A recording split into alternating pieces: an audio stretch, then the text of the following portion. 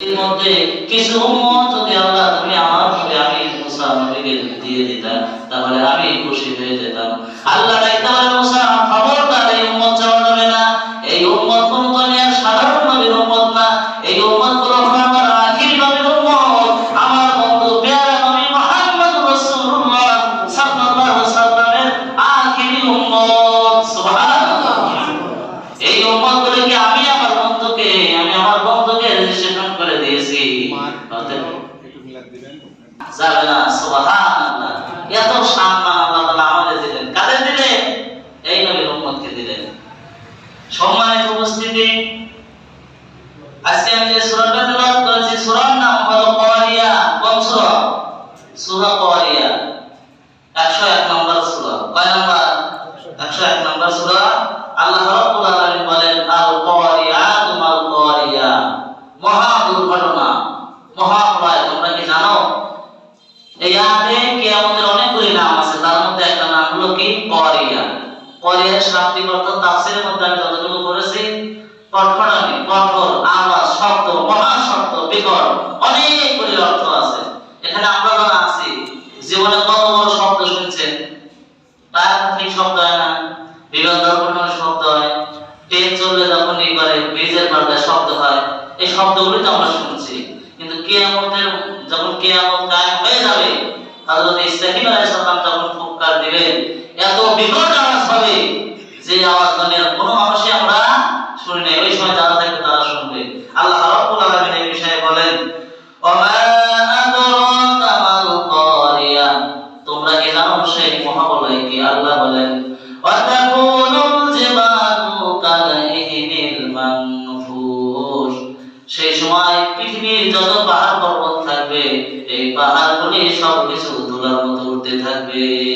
কার মতো? ধুলার মতো। পৃথিবীতে অনেক বড় বড় পাহাড় আছে, এই পাহাড়গুলি ধুলার মতো উঠবে। কার মতো? এটা আমরা যারা ল্যাব সব বালিশ ভরি না, দেখবেন তুলা হয়ে যায় না, তুলাগুলি উঠতে থাকে না, ঠিক এই পাহাড়গুলো উঠতে থাকবে বিক্ষিপ্তের মতো, নিক্ষিপ্তের মতো। সেই ভয়াবহ অবস্থা।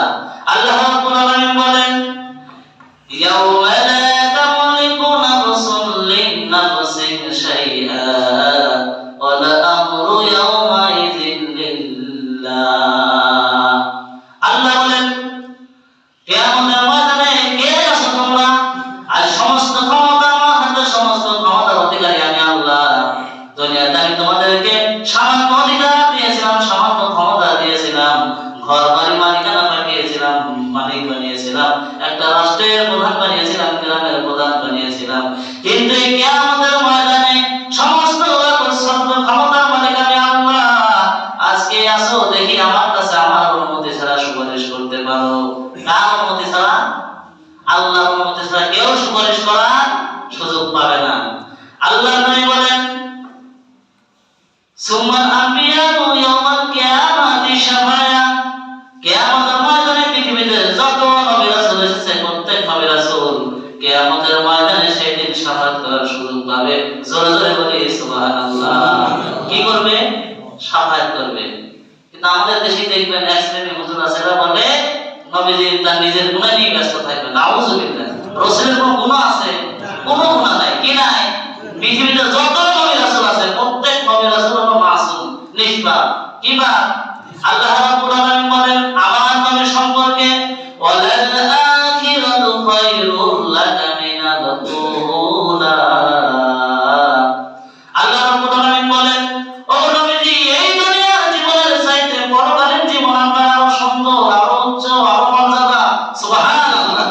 দুনিয়াতে আমার নবী কষ্ট করেছে, মার খেয়েছে, তাইফের ময়দানে রক্ত দিয়েছে, খেয়ে না খেয়ে থেকেছে, কিন্তু আমার আল্লাহ এর বিনিময় কিয়ামতের ময়দানে সর্বোচ্চ সম্মানের আসনে আমার আল্লাহ আমার নবীকে বসিয়ে দিবে। সুবহানাল্লাহ। আল্লাহু আকবার। আমার নবী হাশরের ময়দানে বিচারের মাঠে সভাপতির আসনে বসবে। কোথায়? সভাপতির আসনে। একটা অনুষ্ঠানের সবচেয়ে দাম কার বেশি? সভাপতি। উনি সবকিছু নিয়ন্ত্রণ করেন। সুবহানাল্লাহ। সম্মানিত উপস্থিতি, শুধু এখানেই নয়, আল্লাহ তাআলা বলেন কোন মানুষ যদি আমার নবীকে মানে তাহলে আমাকে মানা হবে। আল্লাহ রাব্বুল আলামিন বলেন আমার নবী পৃথিবীতে যা কিছু বলেছে আমি আল্লাহ তাআলা যা বলতে বলেছি উনি তাই বলেছেন।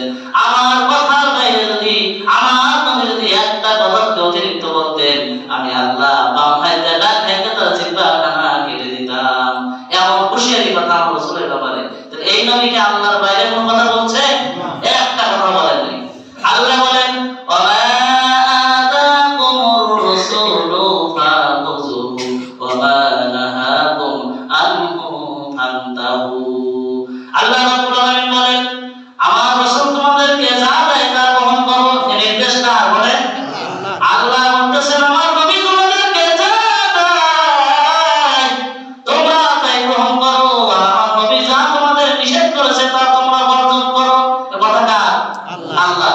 আল্লাহর নবী হাদিসের মধ্যে বলেন ওমান আতানি ওমান আসানি ফাকাদ আবা। আমার রাসূল সাল্লাল্লাহু আলাইহি ওয়াসাল্লাম তোমাদেরকে যা বলে তোমরা তা গ্রহণ করো। আল্লাহ নবী বললেন ও দুনিয়ার মানুষ, আমি রাসূলকে যারা স্বীকার করলো, যারা মহব্বত করলো, যারা ভালোবাসলো, তারাই হবে জান্নাতি। সুবহানাল্লাহ। ওমান আসানি দাখালাল জান্নাহ। যারা রাসূলকে মানবে, যারা রাসূলকে স্বীকার করবে, সে রাসূলের অনুগত করবে। আর ওমান আতানি ফাকাদ আবা, যে রাসূলের বিরোধিতা করলো সে কোথায় যাবে বলে? জাহান্নামে। কোথায় যাবে? জাহান্নামে। নাকি কথায় সন্দেহ আছে? কোনো সন্দেহ নাই। রাসূলের মহব্বত, প্রেম, ভালোবাসা, আনুগত্যের মধ্যেই রয়েছে ইসলাম। সুবহানাল্লাহ। আল্লাহ বলছেন কুল কুনতুম তুহিব্বুনা আল্লাহ, কোন মানুষ, পৃথিবীর মানুষ যদি আমাকে পাইতে চাও, আমাকে ভালোবাসতে চাও, আগে আমার রাসূলকে ভালোবাসো। সুবহানাল্লাহ। এখানে আমরা যারা আছি, একজন অপরিচিত মানুষ বা পরিচিত মানুষ আপনাদের ছেলে মেয়েদেরকে যদি কোলে নিয়ে আদর করে, বাপ ভাই আপনি খুশি হবেন না? হ্যাঁ, খুশি লাগবে কিনা? আমার আল্লাহ এত ভালোবাসে আমার রাসূলকে, মনে রাখবেন পৃথিবীতে আল্লাহর পরে সবচাইতে সম্মান, সবচাইতে মান, সবচাইতে ইজ্জত কার? আমার নবী। সুবহানাল্লাহ। একবার ভাবেন তো, তামাম দুজাহানের বাদশা যিনি আমার আল্লাহ, সেই বাদশা আমার আল্লাহ রব্বুল আলামিন, আমার নবী হলো রাহমাতুল লিল আলামিন। সুবহানাল্লাহ। এই নবীকে নিয়ে যদি কেউ ব্যঙ্গ করে, কেউ কটূক্তি করে, তার দুনিয়াতে বেঁচে থাকার কোনো অধিকার নাই। আল্লাহকে নিয়ে যদি কেউ কটূক্তি করে, কেউ যদি ব্যঙ্গ করে, তার কি বেঁচে থাকার অধিকার থাকে? থাকে না। কিন্তু দুঃখের বিষয় সম্প্রতি আমরা দেখতে পাই কিছু বাউল আছে না? এখানে যারা ফেসবুক চালান, ইউটিউব চালান, জানেন মহারাজ আবুল সরকার নামের একজন বাউল আছে। আপনারা যারা একটু এই মিডিয়া ঘাটাঘাটি করেন তারা হয়তো জানেন। এই আবুল সরকার তিনি নিজে বলেছে যে আল্লাহর কথা কোনো গোয়ামাতা নাই। নাউজুবিল্লাহ। এমন শব্দ সে ব্যবহার করেছে এই বাউল। শুধু এটাই না, সূরা নাস আছে না, কুল আউযু বিরাব্বিন নাস মালিকিন নাস ইলাহিন নাস মিন শাররিল ওয়াসওয়াসিল খান্নাস। এই আবুল সরকার বাউল উনি গান গাওয়া বলতেছে যে আল্লাহ যখন নাচগান করতেছেন, নাচের মানুষের নাচগান করছে, নিজেও নাচে, কুল আউযু বিরাব্বিন নাস, রব নাচে, মালিকিন নাস, মালিকাও নাচে, ফি সুদুরিন নাস, সুদুর নাচে, আবার মিনাল জিন্নাতি ওয়ান নাস, জান্নাতও নাচে। তাহলে এই আল্লাহকে নাচগানি করতেছে, বলেন নাউজুবিল্লাহ। নাচ শব্দের অর্থ কি? মানুষ। কি? মানুষ। এত বড় জাহেল কোরআনের অবব্যাখ্যা করেছে। এই বদমাইশের পুলিশ ধরে এখন জেলে রাখছে। কোথায় রাখছে? জেলে রাখছে। মুসলমানের রক্ত যদি আমার আপনার গায়ে থাকে, এই বাউলকে কোনোদিনও সমর্থন করা যাবে না। এদের আকীদা খুবই খারাপ, জঘন্য খারাপ। আরবিতে বাউল শব্দ থেকে বাউল দেশে কি এসেছে? বাউল। বাউলদের যতটুকু ইতিহাস জানা যায়, প্রাচীন দেশে বাউল একজন ছিল হলো দেবতা। কি ছিল? দেবতা। যারা ওইখানে তারা দেবতা করতো, তাদের নাম ছিল বাউল আরবিতে।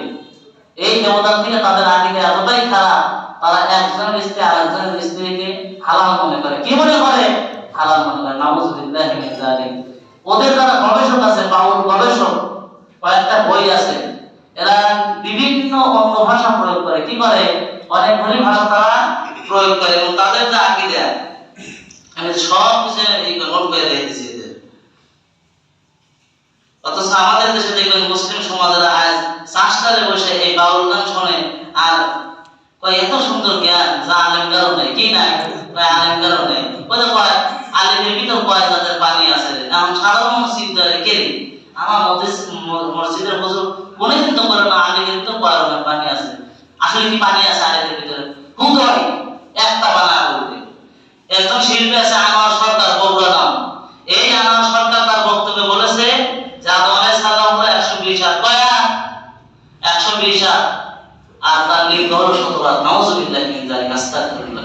এমন শব্দ সে ব্যবহার করে, হাজার হাজার মানুষ বুড়ো জোয়ান টুনি মাথাতে বসে থেকে শোনে এই বাউল শঙ্কর গান। এই সমস্ত গান তারা শোনে। তার অনেকগুলি তাদের মূল টার্গেট হলো তার জৌমাতে ভরপুর করা। কি করা? তাদের একটা আছে জবরস। এই জবরস বলা হয় হলো, এই কথা বলতেও লজ্জা লাগে, কারণ বাচ্চা ছাড়াদের মতো বয়স মানুষ আছে। জবরস বলা হয় হলো মাসিক সারার পরে প্রথম যদি সহবাস করে যে বীর্য নির্গত হয়, এটাকে তারা কি করে? মিশ্রণ করে খায়, ফলে এটা খালি মানে মহা অসুখ রোগ সেরে যায়। নাউজুবিল্লাহ। এমন যখন আকীদা তাদের, এবং তারা যখন সাধন করে, সাধনা করে, তারা বলে দেহ সাধন করবে। কি করবে? দেহ সাধন করবে। তাদের আকীদা হলো যে রব দেহের মধ্যে আছে। কোথায় আছে? অতএব এই দেহের কোনোদিন মরণ নাই, এজন্য দেহকে পূজা করো, এই দেহকে সম্মান করো। নাউযুবিল্লাহি মিন যালিক। এরা হিন্দু না মুসলমান না, কোন জায়গা আল্লাহই ভালো জানে। এদের আকীদা এরকম। এই জন্য সাবধান, বাউল গান শুনে পাগল হবেন না। দুই একটা গান তারা ভালো হলে বেশিরভাগ গান তারা শিরকের দিকে নিয়ে যায়। কোথায়? শিরকের দিকে নিয়ে যায়। এই জন্য সাবধান। মুসলমান হিসাবে আমার আপনার কর্তব্য হলো ঈমানের পথে থাকা। কোথায়? ইসলামের পথে থাকা, কোরআনের পথে থাকা, হাদিস শোনা। এখানে অনেক মানুষ আছে 30 বছর 40 বছর কেটে গেছে, একটা হাদিসও কোনদিন খুলে পড়েন নাই। আছে না? আছে। পড়ার দরকার। যারা বাংলা পড়বেন পড়বেন, খালি তো জীবন ভরা কেসা গাইতে জীবন পার করলেন। একটু বলেন, একটা লাউ কিনতে গেলে ভাই আমরা সিমটি দেই যে লাউটা পচে না পুরো, তাই না? একটা মেস কিনি, একটা মেস যাই কাটি কম না বেশি, একটা মেস কিনবে আমরা এত সতর্ক, অথচ আমরা কোরআন হাদিস কিনবেন না, একটু সতর্ক হন না। একটু সতর্ক হওয়া লাগবে। যে যাই বলে সেটাই বিশ্বাস করা যাবে না। সম্মানিত উপস্থিতি, এই জন্য কোরআন হাদিসের আলোচনা শুনবেন, তাফসীর শুনবেন, হক্কানি আউলিয়া কেরামের থেকে সহবত নেবেন। কি নেবেন? সহবত নেবেন। আল্লাহ দুনিয়াতে শুনেন, যে জিনিস যত বেশি ভালো সেই জিনিসের নকল তত বেশি। এই পৃথিবীতে বাংলাদেশে ওলিয়া আউলিয়াদের মাধ্যমেই আমাদের দেশে ইসলাম এসেছে। এই কথা কি অস্বীকার করার সুযোগ আছে? কোনো সুযোগ নেই। তাদের মাধ্যমে ইসলাম আমাদের এই বাংলাদেশে, ভারত উপমহাদেশে আসছে। তো এনাদের অবদান অনেক, কিন্তু এই ভালো জিনিসগুলো বিপক্ষে দেখা যায় আজ কিছু ভণ্ড, এদের কারণে হক্কানি আউলিয়া কেরামদের কি হয়? বদনাম হয়। আবার কিছু কিছু মুরিদের কারণে পীর সাহেবের বদনাম হয়। আমি ধরুন এনার কাছে মুরিদ দিলাম, আমি নামাজ পড়ি না, তখন কি করি? মুরিদও খারাপ, পীরও খারাপ, আপনি কি দোষ মান না আমার? এই জন্য আমাদের প্রত্যেকে কি করতে হবে? নামাজ পড়তে হবে। কি করতে হবে? নামাজ পড়তে হবে, রোজা রাখতে হবে, আল্লাহর যে বিধিবিধান আছে সব। আমরা অনেকেই বলি যে নামাজ না পড়লে কি আল্লাহ জাহান্নামে দিবে, এমন কথা আমরা শুনছি এই গ্রামে। বলে নামাজ না পড়লে জাহান্নামে দিবে, এটা কোথায় আছে? কোথায় আছে এই কথা? আসলে উনি কোরআন জানে না, পড়ে নাই।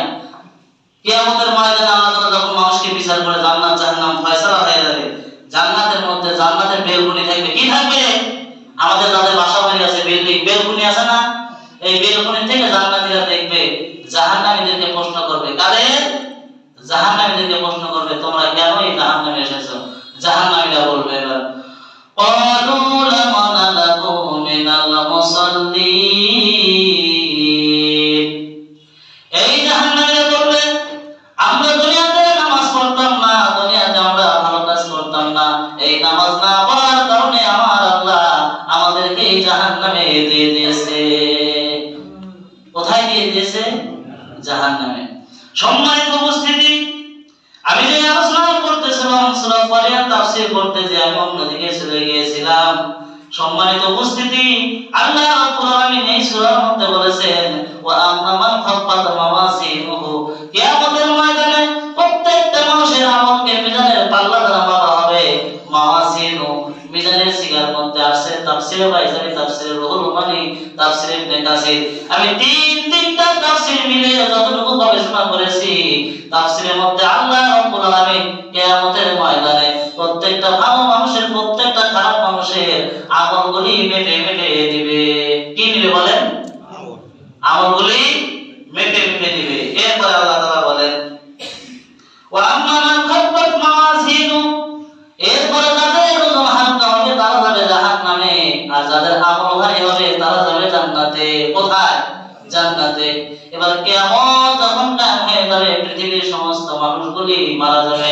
আল্লাহ রাব্বুল আলামিন ফেরেশতা হযরত আজরাইলকে ডাকতে বলবে, ও আজরাইল, পৃথিবীতে কোনো মানুষকে আর বেঁচে আছে বলে না, জিন মানুষ যা কিছু ছিল সব কিছু আমি মেরে ফেলেছি, এখন শুধু আমরা চারজন বড় ফেরেশতা বেঁচে আছি। আল্লাহ রাব্বুল আলামিন বলবে, ও আজরাইল, জিবরাইলকে জান কবজ করো। হযরত আজরাইল জিবরাইলকে জান কবজ করবে, হযরত মিকাইলকে জান কবজ করবে। এবার শুধু বাঁচবে হযরত ইসরাফিল আলাইহিস সালামকে জান কবজ করবে। আল্লাহ বলবে, ও আজরাইল,